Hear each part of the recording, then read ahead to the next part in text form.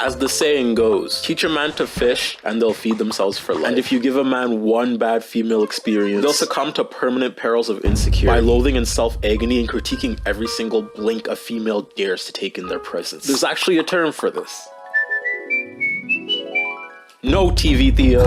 This is actually called misogyny. And no matter how justified you think the terms of your misogyny is, degrading women as a whole because of your own insecurities for the benefit of your perceived superiority is misogyny. From incel boards to the pill community, racial stereotypes, Joe Rogan. And no, I will not be elaborating on Joe Rogan. I just know if you watch him, you probably snort creatine and stomp on lilacs laid on dead animals' graves because you think the tint of yellow is too feminine. The Fresh Fit podcast's hosts, who go by the name Fresh and Fit, are the latest internet celebrities pushing the controversial pro-men's movement that primarily targets men who used to refer to themselves as popular loners. Honestly, this whole movement is just disgusting. Throughout this video, I'll be dissecting this podcast through 4 acts. The first act will be more so delving into the pro-men's movement and its evolution on social media, although I shouldn't really say evolution, more like regression. In the second act, I'll be giving you background information on the Fresh Fit podcast and a bit of history. The third act will be focused on dissecting the racist rhetoric and multiple scandals of the Fresh Fit podcast. And lastly, the fourth act will be a critique on their teachings. You know, it seems like every other year there's a new face for incels. Basically, I'll be pointing out how the Fresh Fit podcast profits off misogyny and male insecurities. But overall, it's just like, have fun, you know, because like, this is supposed to be fun. This is YouTube.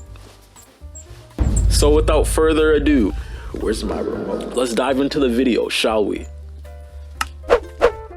Yeah, can you tell us what was misogynistic about the podcast? Guys, do not be a girl's emotion. She's crying to you, telling you her problems, whatever. She better be smashing. That's when women get in line, when they know you have other women. You obviously keep the first date low investment until you smash. You don't want to say the words, which I understand because this is what your podcast relies on. This is your whole basis of your podcast. You guys are like reframing misogynistic ideals for modern men to consume and be okay with. Having a male-led podcast and degrading women for some reason usually comes hand in hand. Probably because of the shared experiences of second-grade crushes rejecting you because you were only the 8th fastest in the room. No, actually though, as much as the host would like you to believe, the Fresh Fit podcast philosophy and mindset is nothing that hasn't been said before. Fresh and Fit, the 2 hosts of the podcast, although for the sake of this video, I'm just going to be referring to them as Tweedledee and Tweedledum, kind of, right? Tweedledee and Dumber over here constantly refer to black women as LaQuishas. Hood black chicks per se, like right? LaShawn and LaQuisha. So I'm just giving them a sprinkle of the same dehumanization tactics that they use on an oppressed minority. However, the Fresh Fit podcast is simply just a mouthpiece, spitting the same ubiquitous message about the oppression of men. This message has actually been around since the early 2000s, led by movements such as MGTOW, the Incel community, and the pill community. And as much as each separate movement would like you to think that they are unique, they're not. They're like a jukebox in a motel. They play AC/DC. All they play is AC/DC. That's it. The podcast revolves around these groups' same misogynistic aspects derived from the categorization and dehumanization of women. I'm gonna dive into these 3 communities for context. To know why these misogynistic views are pushed, it's important to know the historical culture around. This is my remote now, because I lost it. MGTOW, the incel community, and the pill communities collectively share 3 key contradictions. 1. Women's values oppress men. The concept of women having acceptable standards is lost amongst these movements. In their eyes, women should just remove their socks and show feet at the earliest convenience. To these groups, women's standards are supposedly seen as a detriment towards men. 2. Men are devalued by society. These movements seek to write men as the victims of a structure that doesn't support them. They seem to believe that women are at the top of the modern day social hierarchy, meaning everything in society is catered to them, whether that be in marriage or other social contexts. And 3, women abuse a system of privilege. They believe, whether consciously or unconsciously, all women in society are privileged. This can lead to abysmal tragedies where misogynistic shooters can go on killing sprees while feeling justified that what they're doing is needed because of their ideals. These 3 contradictions are important to note as we dissect the history and philosophy of these pro-men's movements. We're like evil, bigoted, misogynistic Plato, taking steps to understand the philosophy of our enlightened forefather Socrates in order to gain wisdom on how a woman should properly be chastised. I don't mean that This is a joke. Philosophy go. First off, being the MGTOW movement. MGTOW is an acronym standing for men going their own way. Unbeknownst to them though, the one direction they're headed to is misogyny. Hit it, Harry! MGTOW is an online social movement meant to combat feminism. These spaces on the internet are comprised of men collectively renouncing interactions with women. They use toxic personal interactions with women in order to define them as a whole. Like Brad, maybe that girl at the bookstore didn't reject you because you're ugly. Maybe she rejected you because you were holding a Lovecraftian book and she was black. A reminder that Lovecraft named his cat. Shout out to the whole MGTOW community. I get By it. sharing these experiences and continually justifying their hatred, they hope to seek to define and live out their masculinity on their own terms. Now, if you think this sounds deranged, parasitic, and delusional, it's because it is. I just want to say I feel for the people in the MGTOW movement, not out of relatability, no. More like in the same way you look at a terminally ill hospital patient. You just know what's coming isn't good, you know? It's just not the best. But the idea that feminism is an attack on masculinity is just outright stupid, for lack of better words. Feminism is a range of socio-political movements and ideologies that aim to define and establish the political, economic, personal, and social equality of all the sexes. Historically, feminism has evolved from the critical examination of inequality between the sexes to a more nuanced focus on the social and performative constructs of gender and sexuality. Feminism has never historically been an attack on masculinity. In fact, historically in Western society, women have been subjected to unfair treatment, whether that be through laws that hinder their ability to vote, laws that allow them to be beat, etc. Fresh and Fit would have you believe that feminism is a counterintuitive construct that has no place in society. The reason why women are so delusional is because they've been told their entire life they're perfect the way they are and that they can do anything a man can do. Looks 100% define a woman's value for the most part, because if you don't look a certain way, you're not going to get any type of attention for a guy. I just want to say the idolation of women in society is not idolation, it's civilization. Women are civilized because they are women. Simping only takes precedence whenever the guy is actually doing it for a hope of getting. If she's not or sucking you, you don't give gentlemen service. They're only doing what they do for cuddles. Cuddles is now a key term for SEX. You can't blame victims for acting against a system that undermines them. And the victims in this situation are women. Systemically in the Western world, women continue to be and have been oppressed by men, whether that be sexually or socially. It's only because of feminism that women are becoming more and more equal to men. But even nowadays, true equality just doesn't exist. Social and societal constructs still reign in today's modern age. One example of societal female oppression is gender roles. Gender roles limit the scope on what a woman can or can't do. And then you're going to find out that you need to be submissive to find a husband. The societal expectation that women are caregivers, cleaners, motherly figures is one that acts to keep women in a box. Nowadays, societal implications are changing, and that's cool. More women are taking their education into the STEM field, thus superseding the stereotypes of a traditional woman that came before them. But historically, even then, these fields have been dominated by men. Even through these societal progressions, there are still tons of problems. One of them being grape culture. I can't say the actual word, so instead I'll be saying grape. Look at their definition of grape. Look at that long definition, right? Holy smokes. Is any complete attempt at unwanted vaginal fulfillment or anal penetration through the use of includes oral or penetration by a male using his. It also includes or penetration by a male or female using their fingers at or an object. That's extremely broad. To say grape culture is a problem in the Western world would be an understatement. In fact, in the US, 81% of women reported experiencing some form of harassment and or assault in their lifetime, compared to 43% of men. Fresh and Fit would like to have you believe that grape culture just doesn't exist. It's not as prevalent as women think. Culture Okay, ladies. is a myth. Who here has been assaulted? There we go. Okay, well, wait. Yes, grape is penetration, but grape culture includes verbal harassment, sexual touching, and stalking. Grape culture is more than just grape. It's the societal undertones that allow it to exist. Gaslighting women by saying grape culture doesn't exist, and then telling them they should argue against grape culture only if they've been penetrated, is literally straight up sadistic. Y'all can sit here and say, oh, women get raped and everything. The stats is this, and this comes from the FBI, direct, okay? On the crime statistics. 1 in about 1,900 women actually gets raped. False. Now, you guys could sit here and say, oh, I know a girl that got raped and all this other stuff. There's a lot of false accusations, baby. None of you guys have been penetrated. See, these stats are so wrong. How do you guys advocate against grape? They literally did surgery. joke's over. Fresh and fit, you are literally lower than Chihuahua feces. And everyone knows Chihuahuas are the crackheads of the animal kingdom. To put it simply, women are not harming men by critiquing the society around them. And if you're with MGTOW, you're from 63rd. The next group here is the pill community. Not that kind of pill. These pills are metaphoric, a reference to the Matrix. The term red pill and blue pill refer to a choice. If you take the red pill, you'll learn a potentially unsettling or life-changing truth. But if you take the blue pill, you'll remain oblivious. Except with the pill community, it's more like eat the red pill and you'll become a misogynist, eat the blue pill and you'll become a quirked down soy boy not goated with the sauce. Basically, they just want you to be a misogynist. The pill community is a combination of pro-men's rights movements who have differing beliefs on how women oppress men. This community believes that all men have taken one of these pills, whether you support women's rights or not. These pills comprise of the red pill community who believe women are oppressed. The men who are complacent with gender roles in society are part of the blue pill community. There are multiple other pills which have formed under the basis regarding different aspects of misogyny. But for now, we're just gonna look into the most relevant one. The red pills. I went through RP rage to myself. Oh man, this like women are fuck this. Each section of these communities panders to misogynistic ideals in slightly different ways. It's like eating apple pie, pumpkin pie, or cherry pie. It might be flavored a little different, but at the end of the day, it's still pie. Honestly, if this community was called the perk community, these ideals would make more sense. The red pill originated in 2016, while a series of new feminine ideas and catchphrases were on the rise. An age where gender politics were gaining more and more popularity. And of course, when females are voicing complaints and vying for equality, there's always going to be an opposing force. Enter the red pill, an online community hosted on Reddit, home to a conglomerate of men who see male privilege,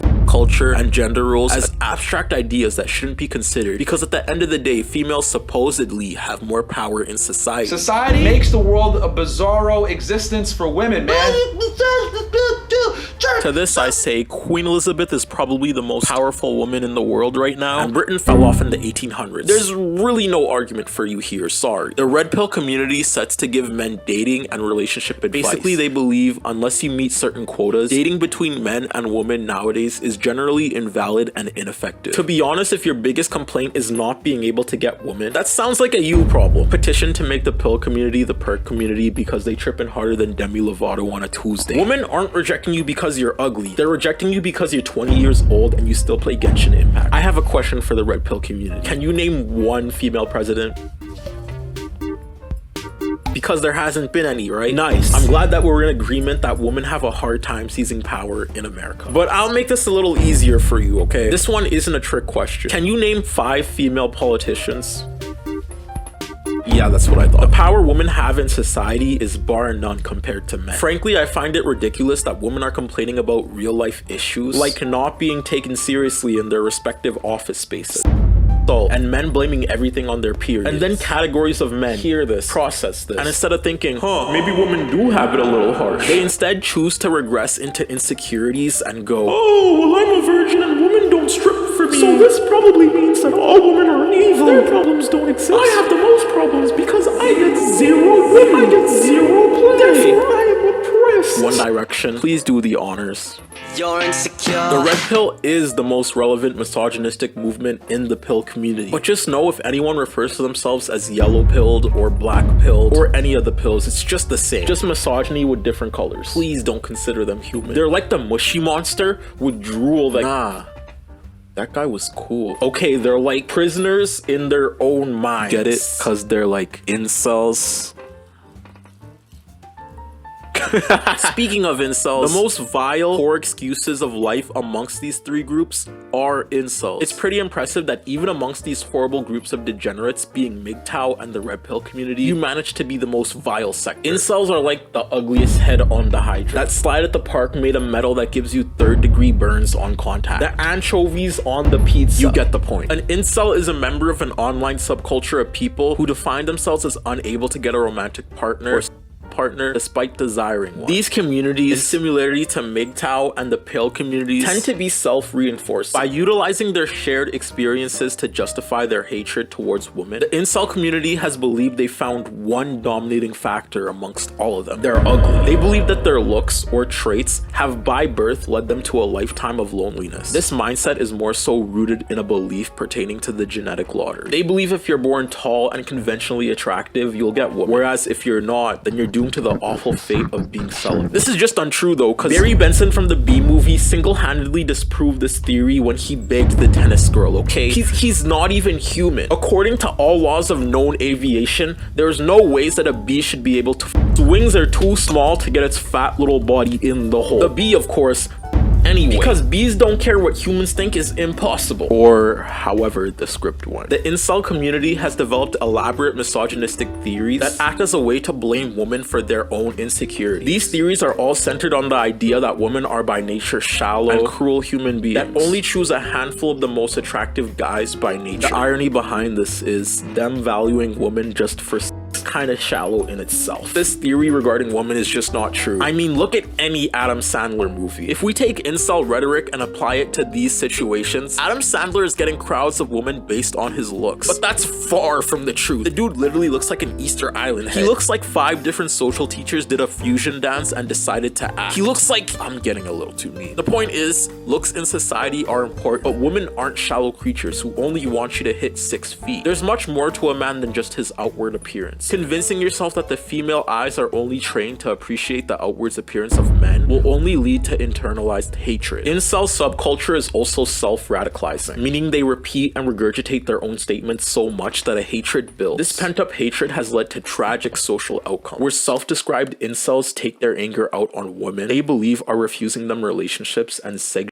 experiences. In fact, 2 mass shooters in recent history have identified themselves as incels. One of these shooters being Elliot Rodger, who shot and stabbed 6 people in California for supposed societal retribution, and Plymouth, who killed 5 women for similar reasons. I wasn't lying when I said incels were the ugliest of the ugly. However, these 3 groups as a collective act as a foundation of thought that the Fresh Fit podcast draws from. It's important to denounce the ideals and communities that drive the Fresh Fit podcast because they proudly endorse these trains of thought. Drawing inspiration from the pill, incel, and MGTOW movement in order to teach men how to partake in a relationship is like being a murderer that advocates for orphans. What I'm saying is, the fact that Tweedledee and Tweedledummer over here are trying to guide men into relationships by using misogynistic rhetoric is, for lack of better words, trying to find a suitable woman that brings you joy while having the mindset that all women are evil will just curse you from the start. Before even seeing or interacting with a woman, you'll just hate aspects of them because they are a woman, which will in turn lead to insecurity that will ultimately sink your relationship. It's like wanting to do a backflip and then you kiss your homie. You're not helping with the original plot. Kissing your homie has nothing to do with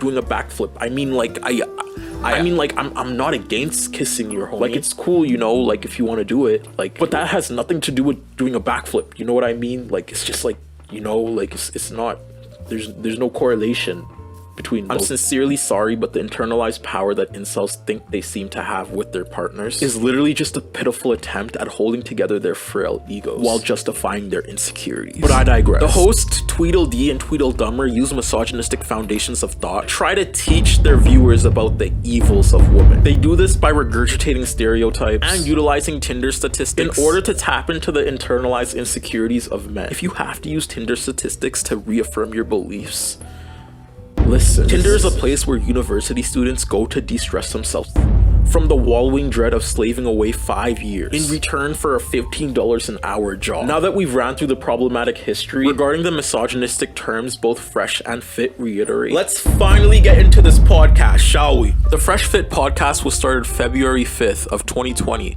but didn't gain much traction until blowing up next year in February. I just want to say the Fresh Fit podcast is arguably a top 3 worst event to happen in Black History Month, right beside the assassination of Malcolm X and the Valentine's Day massacre. Since blowing up, both Fresh and Fit have been involved in numerous controversies, including degrading Black women, categorizing women, and overall pushing harmful rhetoric on their male audience. The Fresh Fit podcast have been getting away with these controversies specifically because of a phenomenon called an echo chamber. An echo chamber is an environment in which a person encounters only beliefs or opinions that coincide with their own, so that their existing views are reinforced and alternative ideas are not considered. Metaphorically, this is like screaming into a cave. If you scream into a cave, what you'll hear is your own voice rippling off the walls. In the same way, if you scream, "Women are thoughts!" into a crowd of misogynists, then they'll cry about how women are ungrateful because they don't accept unsolicited pee-pee photos. Tweedledee and Tweedledummer have effectively created an echo chamber by pandering to misogynists that in turn reaffirm their beliefs, while gaslighting and misrepresenting the ideas of women and men that go against their podcast's sexist messages. And then, outside of this echo chamber, while people are giving them valid criticism, calling them out for being sexist and bigoted towards black women, they retreat back to their audience that agrees with every misogynistic word they spit out, in turn acting as anti-heroes for men's rights groups. Basically, they try drawing sympathy from their audience because of public criticism that is in fact justified. They do this by crying cancel culture every 2 seconds. We live in a society where it's cancel culture. Men can't be honest with women. Feminism actually has failed a lot of women. Think of it this way, Pokemon. Remember back in the day, you had to have a certain amount of badges to be able to control certain levels of Pokemon? That's how women are. Your beauty, your femininity, your ability to comply comes first. Because if you say this stuff, you're labeled a misogynist, toxic, rude, and oh no! People are keeping me accountable for my actions. Guys, like the video. Cancel culture is gonna get me. Call black women creatures in society without repercussions. Come on, guys. Cancel culture is going too far. Fresh and Fit, Tweedledee and Tweedledummer would like you to believe that they're revolutionaries that broke the woman's code and deciphered the secrets of life by learning the inherent ethics and philosophy of women. Like, bro, you didn't decipher the Rosetta Stone. All you learned is that women had standards, and then you flipped it and somehow made them the villains for having standards. Fresh and Fit act like they've been enlightened by their philosophy and that they're pushing societal wisdom on men, when all the while that wisdom is just misogyny. They're like the Buddha of sexism in the modern day. But instead of gathering under a tree every week for an enlightening speech, they gather on YouTube every week in order to call women sluts in creative and intricate ways. Now, their actual podcast is comprised of the two hosts, Fresh and Fit, along with a handful of selective women on any given night. Tweedledee and Tweedledummer use these women in order to reaffirm their harmful generalizations. One way they do this is through exclusive selection. If you don't fit the ideals and narrative of the show, then you won't be invited on the show. If you're a woman and you come on with an opposing view on a subject that doesn't fit the ideal narratives of the podcast, you won't be allowed back on the show. Fresh and Fit would argue that they don't choose women on the show. Another thing too I'll say is that we have our producer do it, so we delegate that authority. But clearly they do. They're their own CEOs, which means they run their business in their own image. Everything that happens on their platforms is curated in order to make their thoughts and opinions seem like the right ones. By doing this, they've created an echo chamber even amongst the women that they've invited. If all opposing ideas are filtered out, then there won't be any opposing ideas at all. And then they go back on their platform and say, hey, we allow Black, white, Asian, doesn't matter. When in fact, this is far from the truth. The truth is the Fresh Fit podcast categorizes their guests. They do this by gaslighting all forms of thought that don't coincide with theirs. This is blatant pandering to exclusive types of women that only agree with their thought women process. tend to be less decisive than men on a balance of probability. Why am I going to put a woman in a leadership role? That's not leadership. Compromise is a 50-50 decision. If I don't want to do it, then I'm not doing it. I'm going to play the video games as I was doing before. She's at your house visiting, Yeah. staying over. She's saying, "Oh, can we go do something?" And you're like, "No, I'm playing my game. Shut up." You can leave. You can leave. He's not. You can leave. Maybe Tweedledee and Tweedledummer over here do technically allow all forms of thought. But even so, bullying women who disagree with them while uplifting women who agree with them clearly shows that they have their bias, which won't allow for all women to feel comfortable voicing their opinions on their platform. Basically, combine the rhetoric of the Fresh Fit podcast being inherently misogynistic with the approval of people who coincide with the same ideals, and surprise, you're gonna create a culture of scared women who are not gonna want to share their experiences on the podcast. I mean, could you blame them? If I was a woman, I personally wouldn't show up to a podcast when I know everyone around me holds views that oppose mine. If you loved koalas, and I mean like loved koalas, like you was a die-hard koala fan, would you partake in conversation with people who want to systemically dismantle the Paula Koala fandom of 2009? I'm a proud Paula Koala stan. Everything about how this podcast incorporates women is sadistic, starting off with how these women are introduced. What you do for a living, your current dating status,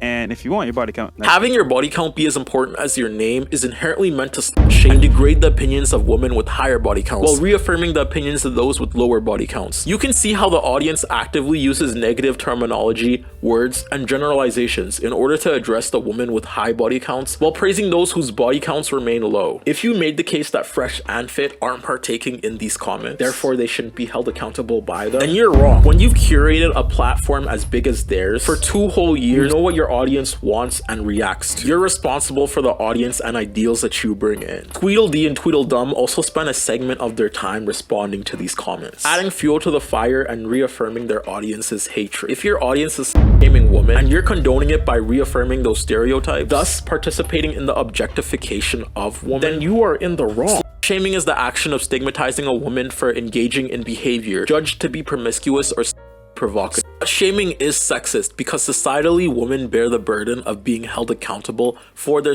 history, while men are congratulated for theirs. Think of the lock and key argument, which unsurprisingly Tweedledee and Tweedledum have made. This is an insane argument that pictures men as master lock pickers for having high body counts, because it's supposedly hard to have sexual interactions while being a man. Women, however, are bad locks if they have high body counts. This argument and mindset sets a precedent for sexism. Just think about it. If you think of every woman as a lock, and every key that opens them supposedly makes them less of a lock, aren't you just assigning female value to a standard? Isn't there more to women than just being a conquest? The Fresh Fit podcast associates a woman's value with how accessible they are.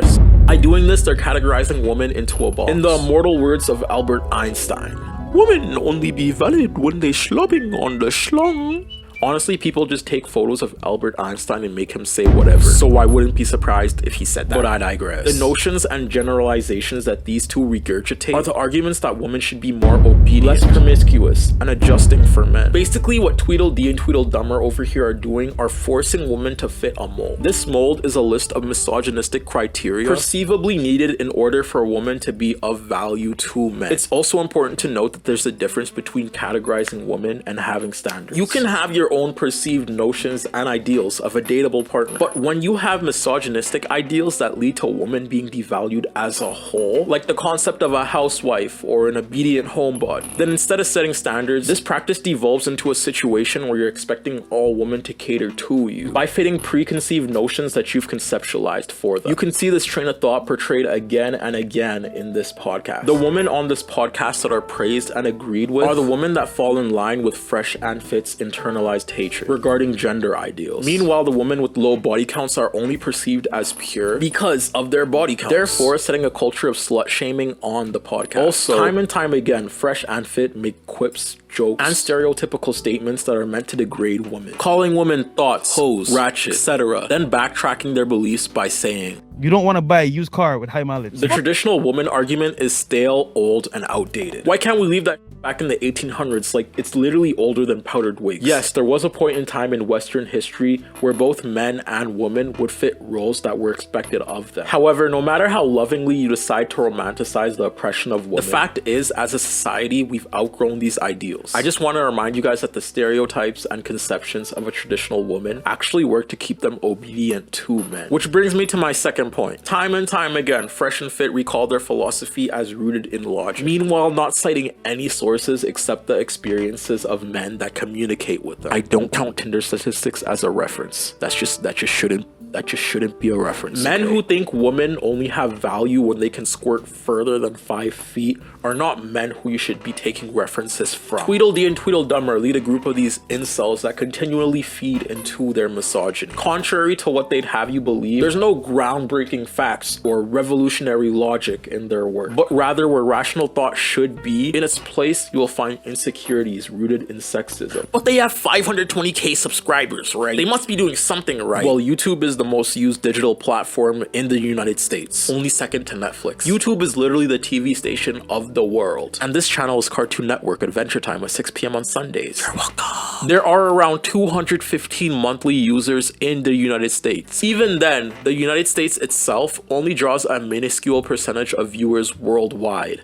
In fact, YouTube has 2 billion monthly active users, meaning all types of people can congregate on this platform. This also means with all the people finding their way to this platform, it's very possible to have 525k people supporting you on this app while you spew misogynistic rhetoric, because the misogynistic minority will still encapsulate a huge amount of people. Remember that the size of the platform doesn't make them right. All this really means is that there's a ton of misogynists supporting their claim. Take this for example. There are tons of people that buy Kylie's cosmetics, right? Does that undermine that she's a culture vulture that profits off the black phenotype? No, it doesn't. She literally is trying to sell black lips to America, and everyone's just letting her. Those lips aren't real. She got fillers. Them black people lips. Both Tweedledee and Tweedledummer over here claim to help men with their trials and tribulations regarding self-love. But the ironic thing here is that they teach self-love at the expense of the positive portrayal of women. Instead of providing positive reinforcement in the form of advice and uplifting messages, they instead think they are realistic in their approach.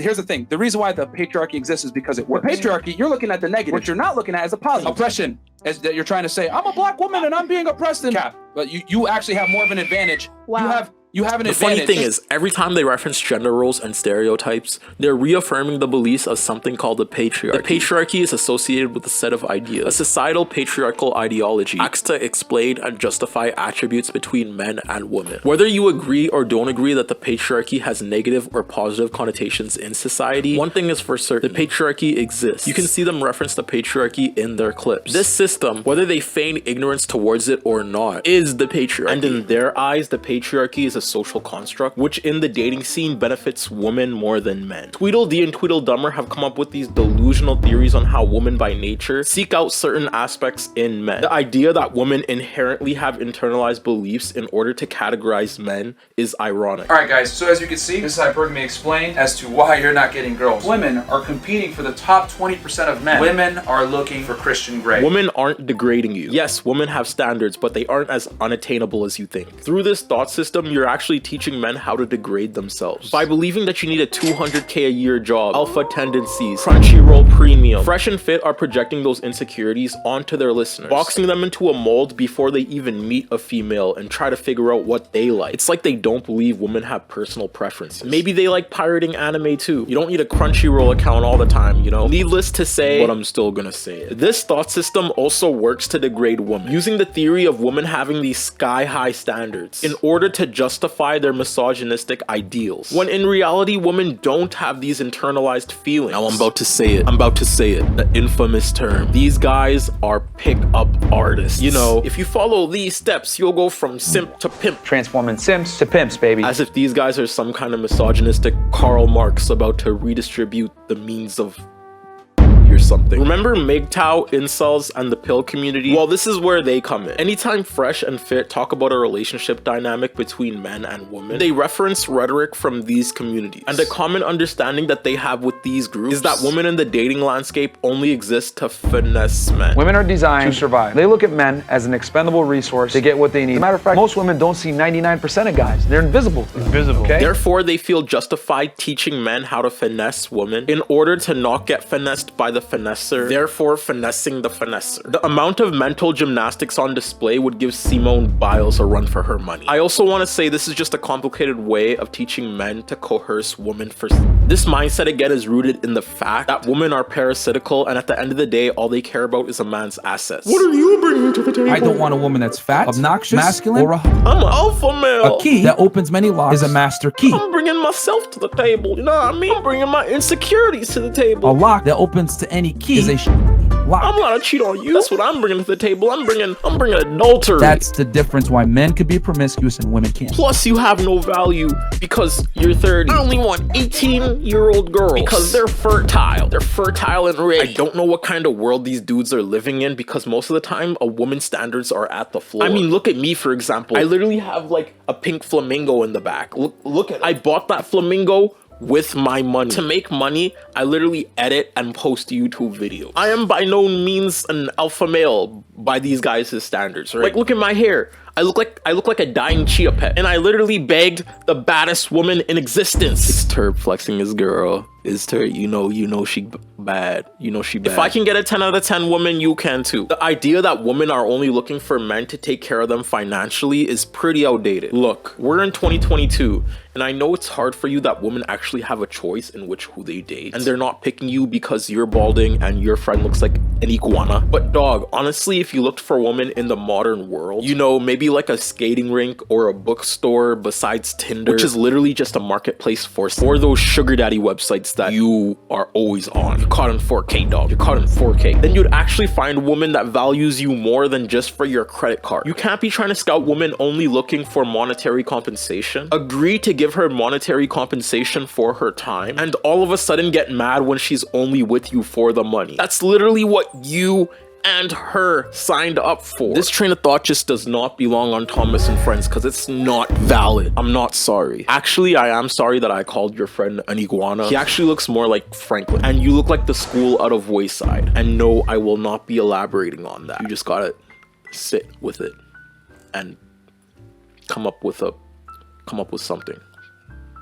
on your own accord. There's 3 main teachings Fresh and Fit regurgitate to their audience taken straight out of the manosphere community. One of these teachings is a concept called the wall. It's my infamous graphic with the blue and the pink, you know, bell curve. Market value graph. I don't know. Which is an imaginary barrier that women hit when they turn 30, which supposedly makes them less attractive and unable to reproduce. My mom didn't get the message because she's like 50 and she's on her like 8th kid. I can't really say she's attractive without some weird looks though, so like you guys got me there. No, but seriously, Fresh and Fit believe that females only have value when they're able to reproduce or give men favors, whereas men have value past the age of 30 because of their bank accounts and they can reproduce forever, yada yada yada yada yada. First of all, teaching your audience to only seek out while trying to coach healthy relationships is pretty counterintuitive, don't you think? Yes, is important in a relationship, but it shouldn't surmount the emotional or even sometimes spiritual needs of men. You're gonna push men into relationships that are devoid of love, friendship, and understanding. Did you not watch Barney as a kid? You know, when Barney was singing, I love you,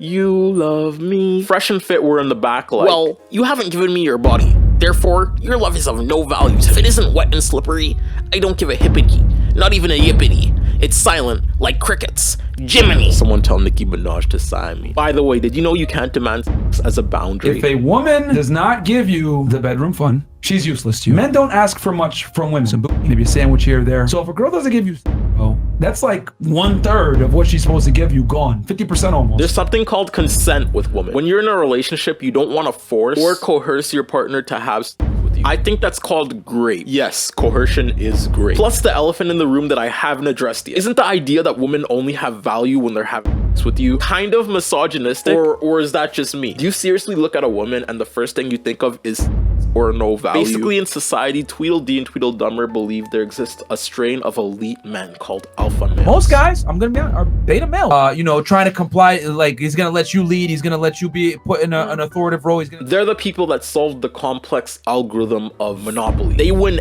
every game of Monopoly. The people that clear Terraria on max difficulty. I'm talking 3 moon lords at a time. The people that have access to free Robux generators, okay? I'm talking OBC members. The forklift certified employees. The concept of alpha male is a joke, which is why I'm clowning it. These people buy $30 watches from Winners and then post on Instagram wearing a black turtleneck dollar store chain combo with an ominous Drake caption like, just hold on, we're going home, shawty. That's just what I see from a beta male point of view, I guess. I guess I'm a beta. Teaching men how to love themselves, work out, and practice healthy trains of thought is essential. I'm not disagreeing with that. But the alpha male mindset is predatory. When you seek validation at the expense of other men, that's not coming from a place of self-love. That's coming from a place of insecurity. You should love yourself regardless of the men around you. And if you have to undermine the value of other men just to prop yourself above them and gain a sense of self-satisfaction, then you're an evil human being that doesn't deserve to live and doesn't deserve to have happiness and should be crucified. Well, that's a little bit too far. I don't think anyone should die, but please change your mindset. When you're 16 to 20, still learning how to communicate and establish a relationship with women, it's easy to submit to a mindset as similar as Tweedledee and Tweedledum. The infamous, oh, well, I'm not getting women, so women might be the problem. Sure, not every woman is perfect. The same way not every guy is perfect. But when maneuvering in the modern day world, you want to find a female that's suitable to you and your needs. You know, I like to think of people as like puzzle pieces. All puzzle pieces are unique. You might not fit with this one, you might not fit with this one. But the beauty comes with finding the perfect puzzle piece. Some women are only attracted to the dollar signs in your pocket, and those women are scummy. You shouldn't end up with them. Having someone that cherishes you for the puzzle piece that you are is a gift that can never be bought. You are worth it, no matter how perceivably ugly you think you are. No matter how short you are, how much you weigh, or your ethnicity. You are special. Special because you have this conglomerate of ideas, thoughts, hopes, dreams, and beautiful traits that come together to make the most perplexing thing in the universe, which is yourself. Yes, you fuck up. Yes, you get down sometimes. Yes, the world can be cruel to you. But at the end of the day, you have the most beautiful thing in the world, and that's yourself. And one day, I promise you'll find someone that sees how perfect you are. We're done with the sappiness. No matter how much Tweedledee and Tweedledummer lie and state that their thought process is rooted in facts, their podcast is blatantly reaffirming beliefs and fallacies based only on misconceptions and insecurity. I do agree that the female mind is one of the most complicated spheres of existence. I too do not understand why Hello Kitty is such a cultural timepiece. But these guys are not sociologists on the verge of breaking through the thought process of women. They're just misogynists. They're just misogynists with insecurities. Tweedledee and Tweedledummer have a number of racial controversies. Yes, they have internalized hatred for women, but what's even more disgusting is in the way in which they dehumanize women based on race. Specifically, when it comes to the realm of black women, Fresh and Fit have left no curiosity in the air about their quote-unquote preference. If you want to date a bunch of Shaniquas, go for it, man. Me and Fresh aren't really down with the brown like that. Man. We ain't night riders. Like in general, me and Fresh don't dabble in the dark. Although the concept of race as a preference is shrouded in differing arguments, what's crystal clear is that Tweedledee and Tweedledummer have too many contradictions for this preference to be overlooked. Both Fresh and Fit would have you believe that their racial preference are derived from personal experiences, therefore there's no racism in their choices. However, time and time again, they use terms like Knight Rider, LaQuisha, Ratchet, and Ghetto to describe black women. One of these controversial instances took place when they discussed an app called Black, which is a dating app centered towards black people for black people. What about the black dating app called Black? Oh, it's funny I never used that one, bro, but hey, man. I mean, hey, bro, if you want to date a bunch of Shaniquas, go for it, man. LaQuisha. Yeah, me and Fresh aren't really down with the brown like that. Man. We ain't night riders, so bro, I'm good. You know, sometimes if they're, you know, red bone, but like in general, me and Fresh don't dabble in the dark, if you know what I'm saying. Fresh and Fit's argument of preference would make more sense if they didn't push negative stereotypes. The term Knight Rider is a negative stereotype used to undermine white people that date black people. Calling men who date black women Knight Riders is inherently racist. When you reaffirm a stereotype, you also reaffirm the negative connotations revolving around the said stereotype. Fresh and Fit defend their beliefs in an ironic manner. First of all, Tweedledee and Tweedledummer, no one is mad that you only date black women, okay? You're 30 years old calling yourself fresh. Sorry, not sorry. The reason why people are mad is because you constantly claim you wouldn't date a black woman, while also associating black women with these said stereotypes. You can go on a date with a white, Asian, brown, whatever woman you want. No one is stopping you. But while spewing these stereotypes into your preference, you're simultaneously degrading black women. And that's why people have a problem with you and your content. I mean, you could clearly see it What's here. your gram? What's Instagram Dude, again? you are like a love fan today. I don't really date black girls. It's not because like most black girls are like annoying. How to put this ratchet, and they don't know how to like be reserved. You're like the complete opposite. You are not the props to you. stereotype. Yeah, You are Tweedledummer's negative view on black women led him to associate the lady with negative stereotypes before even getting to know her, before she even uttered a word. He literally just judged a black woman based on her racial appearance. Fresh and Fit would also like you to believe that they don't look at race, but they're more so in tune with the personality of women. But skin tone and personality do not go hand in hand. Time and time again, you stated your preference as the color of skin. And I'm gonna be honest, this is the most idiotic contradiction I've seen so far. Tweedledee and Tweedledum. If you guys pander to equality as much as you say you do, then why is racial preference going hand in hand with personality? Oh yeah, because Fresh and Fit believe that all black women are these stereotypes. What are something the I traits necessarily go for. that black women tend not to have? There's obviously we know the We're stereotype. saying LaQuisha LaShonda. I'm not dating no hood black chick, bro. So the contradiction of racial preference going hand in hand with stereotypes is ever present in their explanation of their dating preferences. Instead of dialing back and apologizing for the terms such as LaQuisha, these two men doubled down and basically reaffirmed these harmful stereotypes towards black women. I don't understand. You don't see an issue with what you said. Because you both just said, hey, I look for traits first. Her race is irrelevant if she matches certain traits that I'm looking for in a woman. And it doesn't matter her skin tone. But then in the clip, you got to saying, I don't date black, I don't date dark, I don't f with Shaniquas. You're just talking about race in that entire clip. And when confronted by these women that voice their concerns against these racist misogynists, Fresh and Fit tend to either gaslight separate opinions by not even considering them, or use these women's justified anger in order to push their racist agenda about stereotypes. Like when a black woman was upset about how she was being treated and categorized, and they decided to use this instance as a justification towards degrading black women as a whole. You can see this time and time again. In the comments, you can also see these fans spewing the same stereotypes. What are you teaching your fans through this? What relationship advice is this? The only advice here I'm seeing is to hate black women. When you bring a black woman onto your podcast, gaslight her, refuse to listen to her, and then shut her off, of course she's gonna lash out, as would anybody. This can best be seen in the Asian doll scandal. First of all, I just want to say the use of the name Asian doll is kind of weird, and it was definitely done under some kind of racial guise of Asian hyper-femininity. But we're sticking to the scandal right now, okay? When Asian doll calls out Tweedledee, this is how he responds. Sidebar conversations, please. All right, what about I've told you, this is like, you know, this is like the 5th time I've told you that, right? Six. Mean.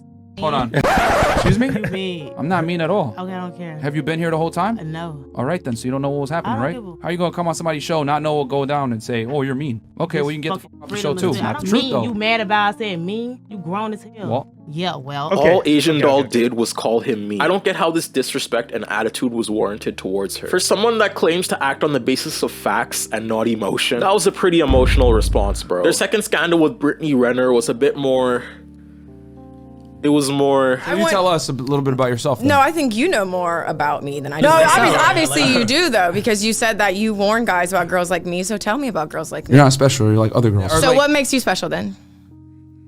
I never said I was. What's up, guys? Myron Gaines. Today, we're going to talk about why men are actually the prize. A lot of women operate the way you do. And how do I operate? In general, women, it's a dance between the two genders. Men are trying to get, women are trying to get resources, time, attention, whatever it is that they're looking for. And a lot of girls play the game better than guys. We talk about this openly on our podcast, and we're teaching guys how to not necessarily get finesse and get what they want out of girls, which a lot of the times is intimacy, but they're not able to get. There's really a lot to unpack here, because my first question to you is, how does it make you feel? If I insult you, or if I tell you you're not special, you're forgettable, what does that do for me? Again, you're forgettable. That's why I didn't want to do you guys' podcast. Forgettable. Hate the setup. The name is underwhelming. I didn't really see the value in it. But I also don't need to, in a way, kind of try to devalue what you guys have going on. Because at the end of the day, I may not agree with anything you guys talk about. Because honestly, I feel like when you've seen 2 or 3 videos, you've seen them all. I'm simply asking her to tell us about herself because we were so incorrect. So tell us about yourself. That's all I'm saying. And then she just went into attacking us. And no one's like attacking you. Listen, there's a lot of people that will not sit down and have a conversation with you just because of the comments that you guys made. Well, you made. And well, you chimed in. So you guys are Tweedledee and Tweedledum kind of, right? So for you to say you're not special, well, I'm special to someone, just like you're special to someone, just like he's special to someone. So for you trying to generalize all groups of women, then we would have to take it back to where this even began. Like why you even have this view of women. You want to get resource, time, attention, or whatever it may be, commitment from a man, and a man wants to get.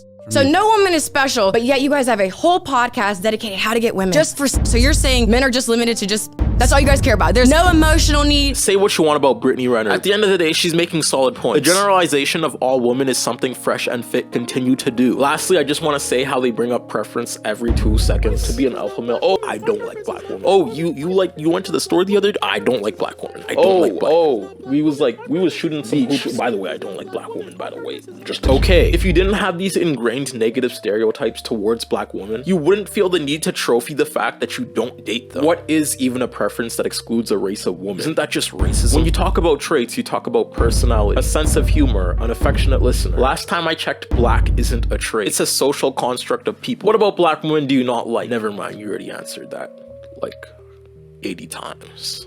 And it was all racist. Like at this point, I'm just getting tired of pointing out your mental contradictions. You're 30. Now, regarding the issue around indoctrination that Tweedledee and Tweedledum partake in on their podcast, there's a lot to say about their teachings, to be frank. The Fresh Fit Podcast at its core is a platform that is meant to educate men on preconceived notions of female mannerisms and behavior. Basically, both Tweedledee and Tweedledummer believe that their tactics and ideas are beneficial towards men in the Western social dating sphere. They don't teach men to seek companionship, set standards, build boundaries, and practice appreciation in relationships. Instead, they teach how to be womanizers. Basically, they're not teaching men how to be better partners or even better versions of themselves. They're teaching their audience how to draw an egotistical sense of false security by degrading women. Fresh and Fit do this by reiterating time and time again that there's a power system between men and women, chalking up all men's needs with while chalking up women's as beings that would rather avoid but take financial and social benefits from relationships. This notion in itself is unrealistic. In fact, it's hurtful towards both men and women. In a relationship, men have needs too. Emotional needs, physical needs, and maybe even spiritual needs, the same way that a woman does. When you teach men to disregard these needs, you're sending them into the dating sphere with only on their mind. I'm not saying it's inherently a bad thing to only want to hook up with someone, but if that's the case, just be straight up about it. Deceiving women for sex is one of the most scummiest things that you can do. Women in the eyes of Fresh and Fit are seen as conquest, instead of valuing integral factors like their personality, morality, or sense of commitment. Fresh and Fit basically tell their audience there's no such thing as female boundaries. You deserve sex. You deserve good times in bed. She just doesn't want to have it with you because you're exhibiting certain traits. Do these guys not know what consent is? No, really. Like, do they know that women have the right to reject sexual advances? Upon existence, no woman owes you anything. No woman really owes you anything, whether that be commitment or... There's no delicate dance between men and women going on, where men are trying to finesse while women are trying to finesse resources. While there are gold diggers and child groomers out there, generalizing all women is simply sexist and untrue. Gold diggers are realistically a small percentage of the female population. Maybe teach men how to avoid gold diggers while simultaneously teaching men how to interact with women. But nah, you have to take the small minority of women, make them the staple example, and then devalue every single perception of them. You know what? I'm angry. I'm steaming. I'm triggered. Now you've got me mad, and I need to channel my anger through. Is this the stew? Is this a stew? So So is this the stew? No, that mic is just hanging over there for the black aesthetic. Hey, did I come in at the wrong time? I like to pretend I'm Tupac. Hey, did I come? I'm just role playing Metro Boomin with this laptop. Oh, green hair ass dude. Green hair dude. Yeah. Green hair dude. What color is that even? I just need to record a song, okay? Can you like give me a Didn't anyone tell you that green is not a creative color? Play the beat, man. I'm supposed to be like angry, man. Like you're fucking up the vibes right now. You better be good though. You're wasting my hours right now. This is to the Fresh Fit podcast. This is a love song. It's not a hate song.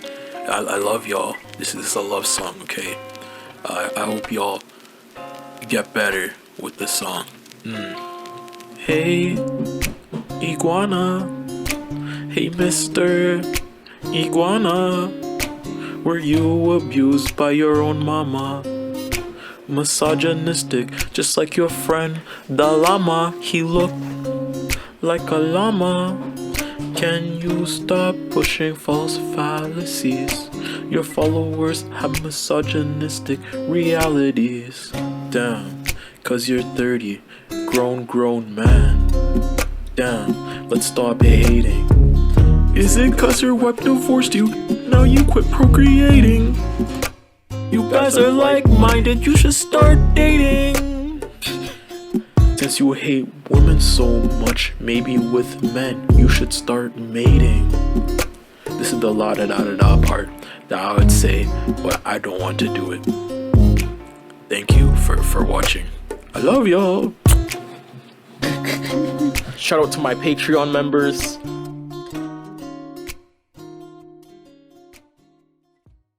Thank you guys for watching till the end of this video. I took a maybe by the time this video was released, 4-week break from this website. Why? Because I felt creatively stifled with the content I was making. If you notice, this video is way longer than the 10-minute format that I usually do on my channel. I'm trying new things with my content and venturing into more creative waters. The setup. You know that flamingo is a cool flamingo. Look at that. Sharing, liking, and commenting helps my channel a ton, you know. Interact with me on Twitter, you know. Post me on Twitter, post me on your stories, post me on your Snapchat, post me on your OnlyFans. Man, I love the attention. You know, in the long run, it helps my channel a ton. So I'd appreciate it if you liked, shared, and commented so much. I also have a Patreon if you want to support me monetarily. But a subscribe and share is way more than plenty enough. I plan on altering between making long format videos like this alongside my 10-minute format content. Diversifying my content, doing collabs, and just making YouTube the most fun job as possible. I also thank you so much for being with me on this journey. Month 3 and we're almost at 7K subscribers. The growth has been insane. And you guys have been insane. I love y'all so much. I can't say it enough. Let's have healthy conversations. See y'all and peace.